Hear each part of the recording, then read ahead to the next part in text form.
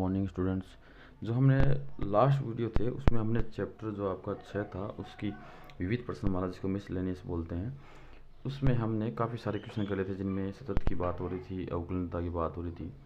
सतत का जब हम परीक्षण करते हैं तो हमें L H L R H L और एफ बिंदु तीनों के मान बराबर दिखाने होते हैं। बराबर होता है तो हम कहते हैं सतत है, बराबर नहीं होता तो सतत नहीं होता। अवकलनीय में आता किसी बिंदु विशेष पर तो हम एल एच डी और आर एच डी निकालते हैं। दोनों अगर बराबर होता तो अवकलनीय होता, अन्यथा अवकलनीय नहीं होता।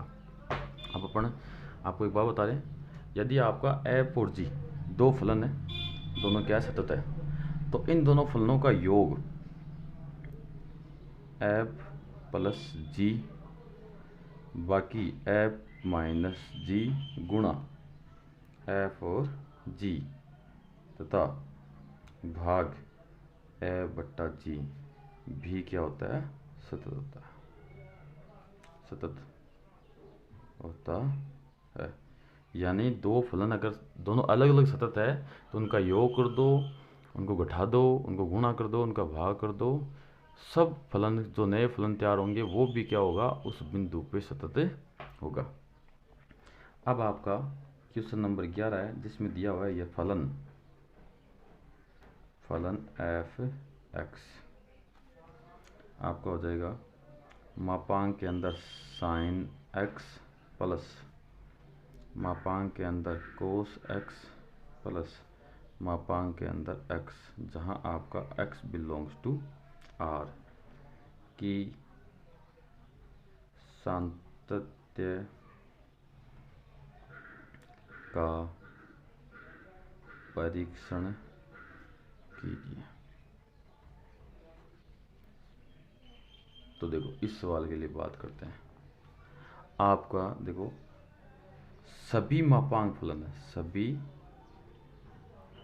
मापांक फलन x बिलोंग्स टू r पर क्या होते हैं, सतत होते हैं, सतत होते हैं। यानी मापांक फलन है वो हमेशा ही क्या होते हैं, सतत होते हैं। अब आपको पुराना कुछ याद आएगा जिसमें बताया था मापांक का मान जिस बिंदु पर 0 होता है तो वो नहीं होता है। वो क्या नहीं होता, वो अवकलनीय नहीं होता, लेकिन वो सतत तो होता है।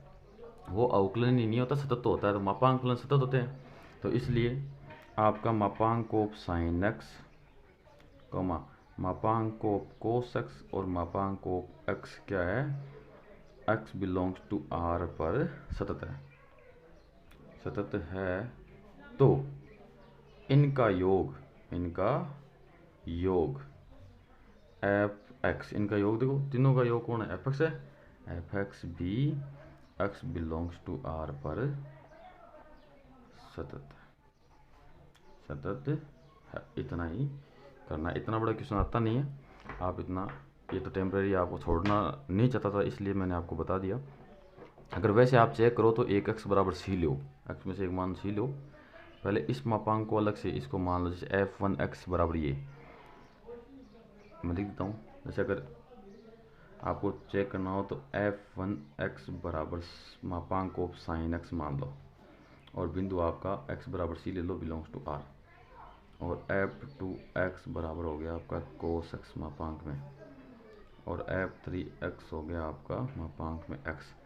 इन तीनों के लिए क्या करो, आप सतत का परीक्षण कर लो, और तीनों में सतत होंगे फिर कह देना कि इन तीनों का योग भी क्या होगा, आपका सतत होगा।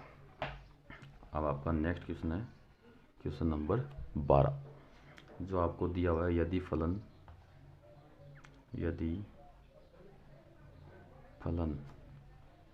एफ एक्स बराबर क्या आएगा, sine m plus 1 x plus का साइन एक्स बटा एक्स। कब काम में लेना है ये, जब एक्स का मान 0 से छोटा हो, और 1/2। ये कब काम में लेना है, जब एक्स बराबर क्या हो, 0। एक एक्स स्क्वायर प्लस 1/2। ये कब काम में लेना है, जब एक्स ग्रेटर देन 0। बिंदु x बराबर 0 पर सतत है तो m का मान ज्ञात कर। हमें क्या करना है, m का मान ज्ञात करना। तो सबसे पहले अपने को फलन लिखना पड़ेगा, f(x) बराबर sine m plus 1 x plus sine x बटा में x लेस देन 0 1/2 x बराबर 0 x square plus 1/2 x greater than 0। ये हो गया। अब मैं ये कह रहा है x बराबर 0 पे सतत है ये चीज़ दी हुई है, m का मान ज्ञात करना। सतत दिया और किसी का मान ज्ञात करना हो तो अपन LHL RHL और f बिंदु क्या दिया 0 f 0, इन तीनों में से अपने को दो चीज़ काम मिल जाएंगे। दो कौन कौन से काम मिलेंगे, एक तो ये काम मिलेंगे जिसमें आपका m आता हो। तो m किस में आ रहा है, ऊपर आ रहा है, ये 0 से छोटा है, 0 से छोटा है, इसका मतलब इससे आएगी LHL। तो एक तो LHL ले लेंगे, एक ऐसा ले लेंगे जिसमें m नहीं है तो ये दूसरा ले लेते हैं, या तीसरा ले लो, और दूसरा आपका जी है वो ले लेते हैं। ये किस पे x बराबर 0 यानी बिंदु पर दो ही लेते हैं, एक LHL एक बिंदु। इससे क्या निकलता है, ये 0 से बड़ा है तो इससे RHL निकलता है। तो RHL में m का कोई पद नहीं है तो इसको लेने की जरूरत नहीं है। तब कह देंगे चूंकि फलन f x बराबर 0 पर सतत है, इसलिए आपका LHL बराबर f0। तो LHL हो जाएगा आपका limit h tends to 0 f0 minus का h बराबर 1/2। तो लिमिट h टेंड्स टू 0। अब 0 माइनस h 0 में से कम, 0 से कम की कंडीशन ये है तो इसमें रख दो x की जगह माइनस h। तो यह आ जाएगा आपका साइन m प्लस 1 और ये माइनस का h plus sign minus h बट्टा माइनस का h बराबर 1/2। यहाँ से क्या होगा, देखो साइन के अंदर माइनस है वो बाहर आ जाएगा, यहाँ भी माइनस बाहर आ जाएगा। तो ऊपर दोनों माइनस, ऊपर भी माइनस ये माइनस दोनों माइनस कॉमन ले लेंगे, वो नीचे वाले माइनस से क्या हो जाएगा, कैंसिल हो जाएगा। तो माइनस कैंसिल होने के पश्चात ये आपका पद कैसे बनता है वो लिख देता हूँ सीधा। तो ये आपका तैयार हो जाएगा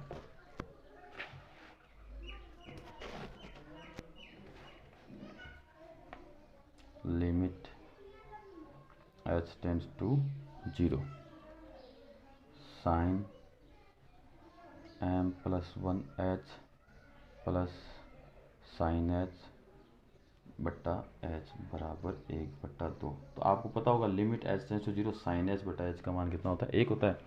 तो हम क्या करते हैं, इसे h का अलग अलग भाग करके लिमिट भी अलग अलग कर देते हैं। तो ये हो गई आपकी लिमिट h टेंड्स टू 0, ये हो गया साइन m प्लस 1 h बटा h plus limit h tends to 0 sine h बटा h बराबर कितना हो गया 1/2। तो साइन h बटा h का मान 1 हो जाएगा। इसको भी 1 करते हैं, 1 करने के लिए देखो यहाँ जो अंदर थीटा है ना, थीटा ऊपर ऊपर जितना है उतना ही नीचे होना चाहिए। तो ऊपर h तो है, h है, m प्लस 1 नहीं है तो m प्लस 1 ऊपर नीचे गुणा कर दो। तो लिमिट h टेंड्स टू 0, तो m प्लस 1 को ऊपर गुणा कर दिया साइन m प्लस 1 h, क्योंकि नीचे गुणा करोगे तो ऊपर भी करना पड़ेगा। ये m प्लस 1 h, देखो ये थीटा रहा और ये थीटा रहा, plus limit h tends to 0 sine h बट्टा h, ये थीटा सेम टू सेम है 1/2। तब हम कहेंगे चूंकि आपका लिमिट h थीटा ले लो, थीटा टेंड्स टू 0 होता है जब आपका साइन थीटा बट्टा थीटा कितना हो, ये हो तो इसका मान 1 होता है। ये भी ध्यान रखना कि यहाँ 0/0 बने तब भी 1 होगा। तो थीटा की जगह 0 रखेंगे, साइन 0 का मान 0, नीचे थीटा की जगह 0 रखेंगे तो 0/0 आ रहा है तो 1, मतलब सही है अपना। कई बार क्या होता है कि अनंत बन जाता है, 0 नहीं बनता, केवल अनंत बन जाता है, तब अपने स्थितियाँ क्या हो जाएगी, अलग हो जाएगी। अगर आपने ऐसा कर दिया तो आपका सवाल गलत हो जाएगा। तो ये ऐसे बना, तो इसलिए आपका यहाँ इस पूरे लिमिट रही, ये रहा, इसका मान 1 हो गया तो यहाँ तो बच गया m प्लस 1, प्लस यहाँ इस पूरे का मान 1 हो गया तो 1 बराबर 1/2। तो m बराबर 1/2, 1 और 1 2 इधर आते माइनस का 2 हो गया, तो m बराबर ये हो जाएगा -3/2। ये आपका आंसर आ गया।